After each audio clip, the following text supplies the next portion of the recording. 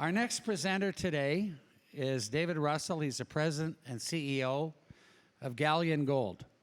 David will be speaking out about advancing the West Cache Gold Project located in Bristol and Ogden and our Timmins Porcupine Camp. It's located 13 kilometers to the east of Timmins, and it's 7 kilometers north of Pan American Silver's Timmins West mine, 14 kilometers southwest of Newmont's Hollinger mine. Short of actually drawing you a map for something that everybody already knows where it is, I would like to welcome David. Thank you.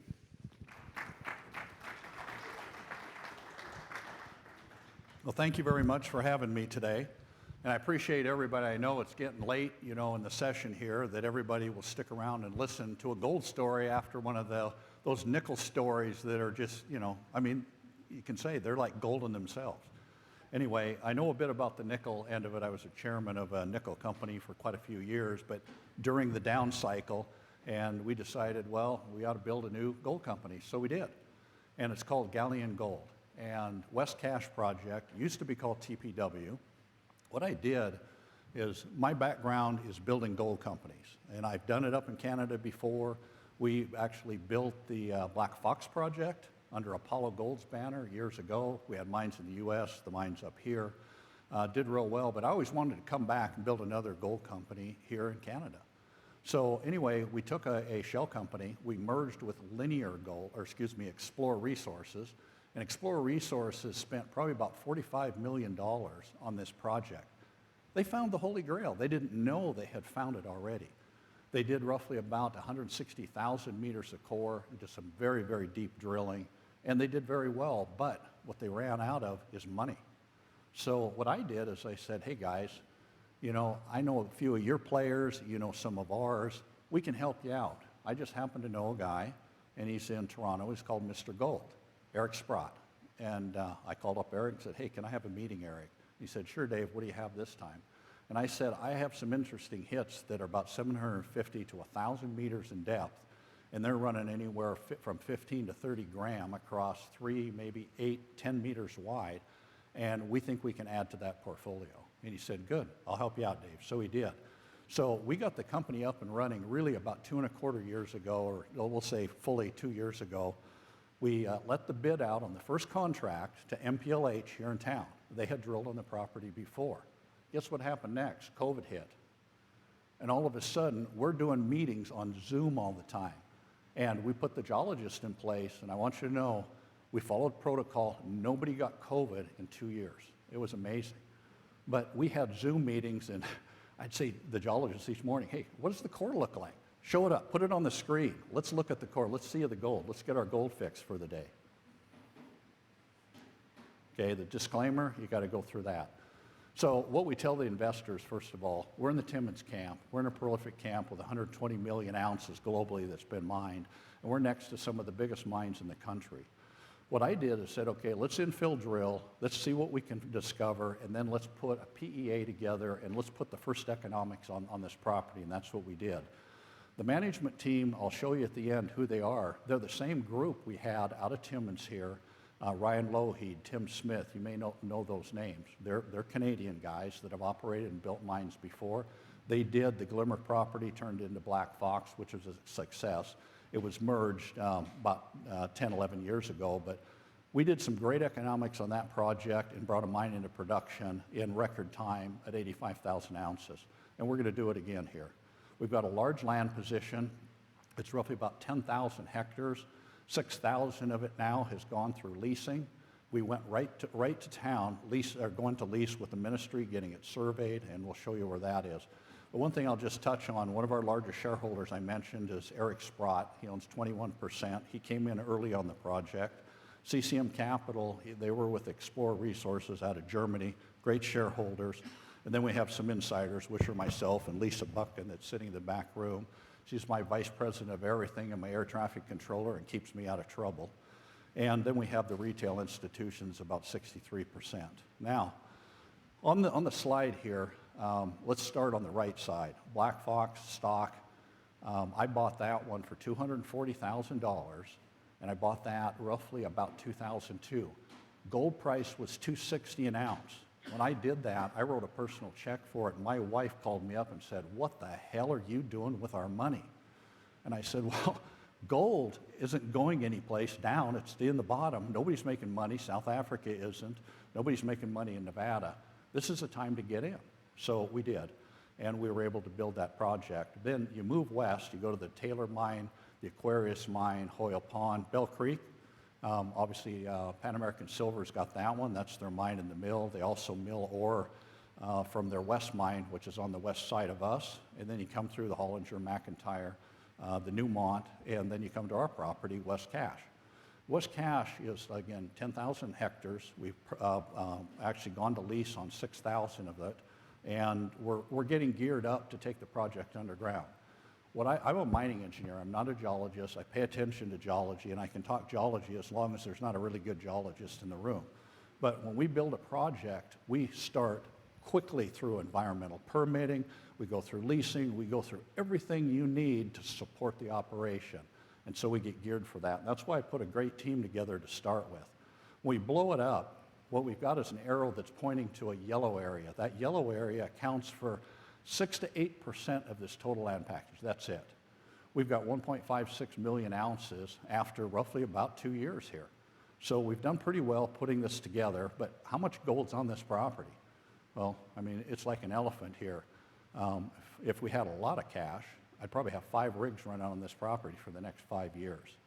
But one of the keys here to success is the geology and the mining people that know what they're doing. And this camp's got that, and we drew on that. So the geologists, everybody we have out at site right now, I was out there this morning looking at the core with them. They're experts at finding gold.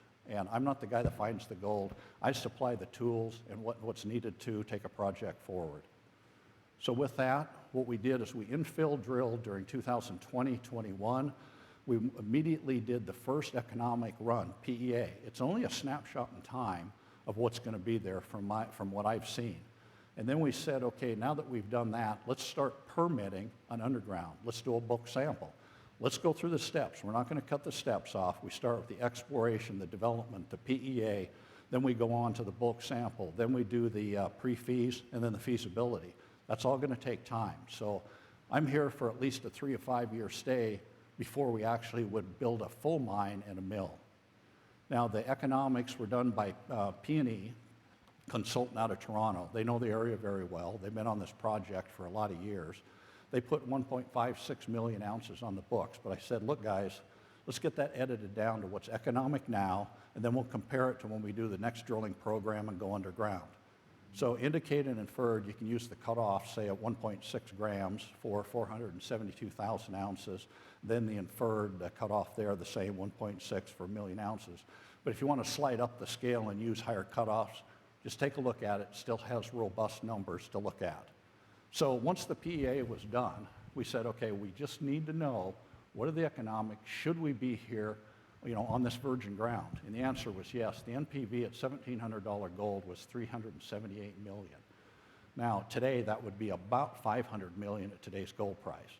So you look at it, we got 33% internal rate of return on our money, 11-year plan. I said, okay, we've got a document that says we have economics and a reason to take this project forward. So, cash cost per ounce. Okay, we didn't invent this. P&E consultants went to our next door neighbors, both mines on both sides of us here, and you know who they are, and got the numbers. And they applied these numbers with inflated costs, of course, but we ended up with about $814 an ounce, totally loaded with capital, $987. That's what I was looking for. Are we going to be under $1,000 an ounce? And the answer is yes, we will be. Now, capital is about $200 million life of mine. That would mean divide by 11. So basically, that would be the capital you need to sustain the operation as you go. We actually planned only an underground. I want to emphasize that. Is there going to be a pit there? Well, eventually, there'll probably be a mega pit there because every hole that's ever been drilled on the property has gold in it. So the total ounce count would be 85,470 per year. That's a good snapshot in time to say, just an underground, can you sustain that? When you add a pit to it, the ceiling goes up, down. You go to 100,000 ounces, 140,000. But anyway, we've got a great land package to add ounces to and then increase the productivity within an operation. Okay, now, again, I said if we went to today's gold price, you'd be at about 500, so you can go down the scale. At 1,800, you're at 455. At 1,900, you're at 532. It just shows the strength of these economics as you go. So what we look at, too, here is how do you permit a project like this, okay? We're still drilling out there, but at the same time, we've employed several different environmental groups, engineering groups, that are actually doing the site layouts. So we have a site entrance. It's roughly 13 kilometers. You can stop and get a coffee and a donut, come down Highway 101, and you'll see our sign on the left side 13 kilometers later, and we're just shy by 5 or 6 kilometers of the turn to the west mine, and you'll see the head frame there.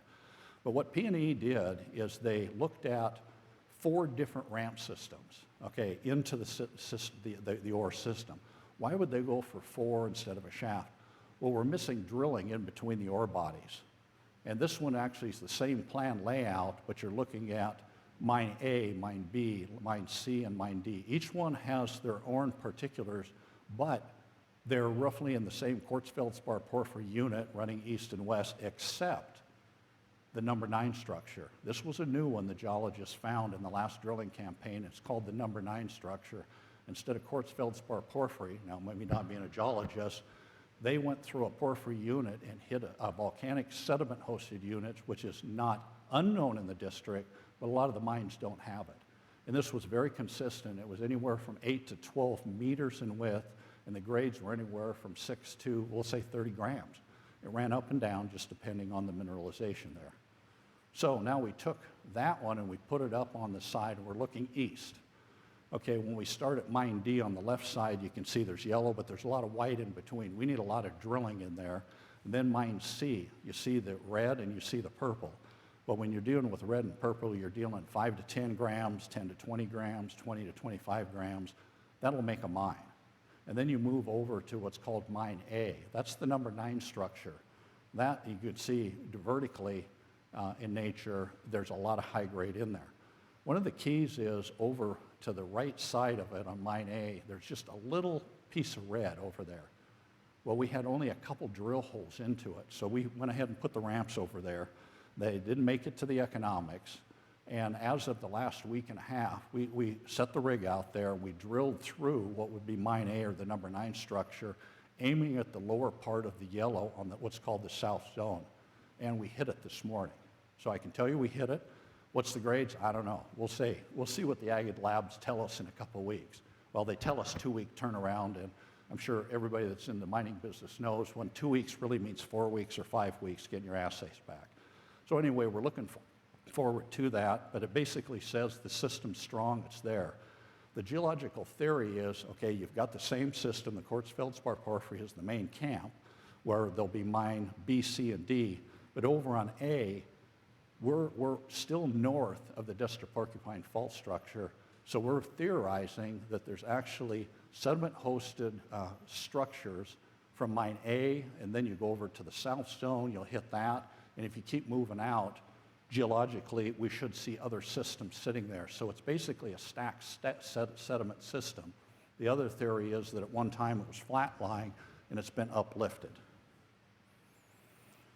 Okay, where are we according to Timmins West Mine? You can see the yellow area over there. They're just to our west or southwest. Are we on the same structures? The answer is no, we're not.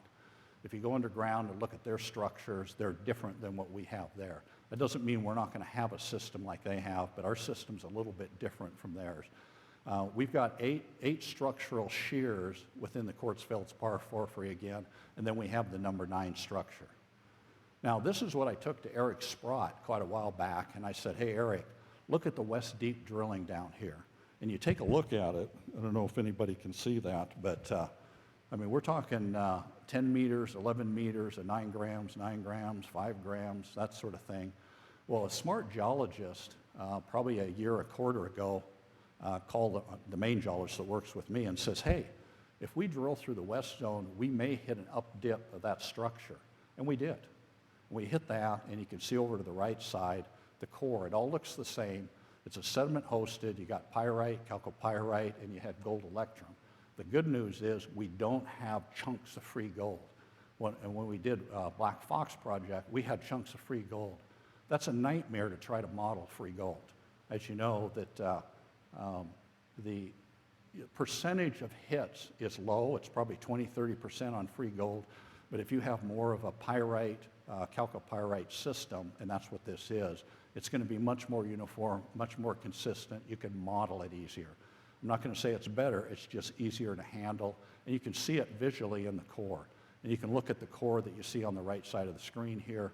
What they drilled down deep and they drilled up high is all the same. Now, in between, we're missing 500 meters in between that we haven't drilled yet. So anyway, the down west deep was drilled in 2010 and 11 by Explorer Resources. That's what kicked this off. We found the upper end of it by projecting it up. So now let's look at how we're taking this program going forward. Well, this program,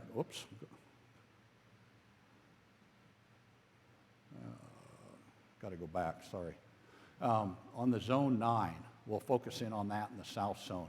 You see there's these yellow halo areas here, okay, and we're pointing arrows. Those are our targets right now, why we start to permit this project to take it underground to bulk sample it. What we're going to do is try to tie the upper 9 zone to the west deep zone, and then as of, like I said, this morning on the south zone, I was out there and looked at the core, it looked great, where they drilled through the number 9 zone and then hit the other zone down deeper. And then yet to hit is the further south zone that in geophysics, soil sampling, that sort of thing, says we have another structure there. But diamonds to donuts, periodicity, every 150, 200 meters, you should have these types of zones. And what you have to look for is, number one, the sediment-hosted unit, and then we have to look at what kind of porphyry blocks are separating the sediment-hosted zones from the sediment units, that sort of thing. But in the end, this is a system in itself. So essentially, we're going to have the best of all worlds, 2 different ore types. But the good news is SGS Labs, all the work they've done from crush grind, cyanide leaching, whether it's quartz feldspar porphyry or the sediment zone, we got 95 to 97% recovery in the cyanide circuits. Now, is there free gold? Can you make a free gold con? Yes, you can. It's anywhere from 30 to 40% free gold, but it's very microscopic in nature. And what I would propose is, number one, in the bulk sample, using a custom mill that takes it all the way through cyanidization and pours doré. Now, would we build a mill on site? It's too early to say on that. What I can say is that we'll probably eventually propose a fairly small open pit after the underground and then start expanding out to where we're actually mining the top of the ore body with an open pit. That's the easiest, but what we're dealing with is cover. We've got anywhere from, we'll say 10 meters to 30 meters of cover, and that's why this deposit, say for 6 kilometers, this area in here has never been mined. It was covered in sand and gravels, and the theory was that as you came from the east and the glaciers melted, it ripped the top of the structures off and buried it, or it faulted off. Well, it was not faulted off. It's sitting right where all the structures are, right in line with, where Pan American Silver's West Mine area is, and then you go all the way to Timmins, everything lines up perfectly there. Now with that, once we get to the point where, okay, we understand the geology, what did you do on the permitting? Okay, Ryan Lougheed was the permitting manager and the operations manager at Black Fox. He's working on the closure plan with the ministry right now. They seem very receptive to helping us step right through, getting the permits to take it underground, doing the bulk sample. But there's a whole lot of other things. You have consultation, flying post and metogamy. We've got MOUs with them. We'll be talking with them. We have a good relationship. Industrial sewage, air, noise, water, all kinds of permit, the hydro. We've done all our baseline work on this project. And again, when we took over 2.25 years ago, we started that work right then. We started actually going to lease on these properties. We knew it was going to take time to do it, and we knew the best way, the best approach was take it underground first. So anyway, we've done all the major baseline studies, the aquatic studies, everything we need to do to get the permits for this project and basically fast track it into the development stage so we could do a bulk sample on the property. Now, to do the bulk sample, that's easier said than done. We've got to put a ramp system down, and we're targeting the number 9 structure first, and if we keep having success on the south, we'll incorporate that in. We've got to put in just under 1,500 meters of ramp, and then you've got to do all your muck bays, your drill bays, and what basically you have is a set of data from the surface. We'll get underground alongside the ore body, we'll re-drill it on close-spaced centers, and then we'll go in and we'll set some stopes up and mine it. So when we get done, we'll have 3 sets of data that we can actually get started on a pre-feasibility study on this project.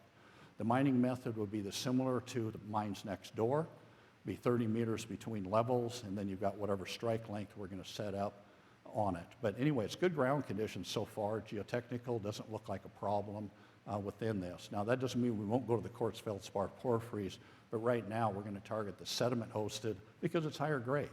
So can you make money on this? Well, we'll see. We believe we can. And here it is. What it says is this is what we're going to propose to the ministry, 3 blocks and roughly 30 meters on vertical from top to bottom, long hole stoping on it, and we'll mine about 70,000 tons of ore, about 9 grams for about 20,000 ounces. You do the math on that, that'll be 45 million in gold. It'll take $25 million to do this project. So whether you're plus or minus, let's say if we're minus on the grade, we'll still make a bit of cash on the end of the day and get the thing paid for. So where are we going with the project? Well, we expanded the resource, did the PEA, we're going to do the bulk sampling, we're going to finish permitting, and then we're going to go on to the pre-feasibility studies for a full operation here. So we're in here for the long haul in the Timmins camp to build the next mine. Now what I'm saying, it'll be an underground, but most likely you'll be adding a pit as they go. So what we say today, from 5 years, 7 years from now, there's great opportunity to go from, like, say, 85,000 ounces to 100, maybe 140, and have a real impact on this project. Now, the management, the board, everything is in place that's been in place in other companies. I won't go through everybody's resume, but anyway, we're in the primary jurisdiction of the Timmins camp. We're well on our way to the next mine, and like I said, we're here for the long haul, and we're very close to town. With that, I'd like to thank you for having me here today. I think I've used up all the time I can take, and I'll take any questions, or afterwards you can catch me and talk.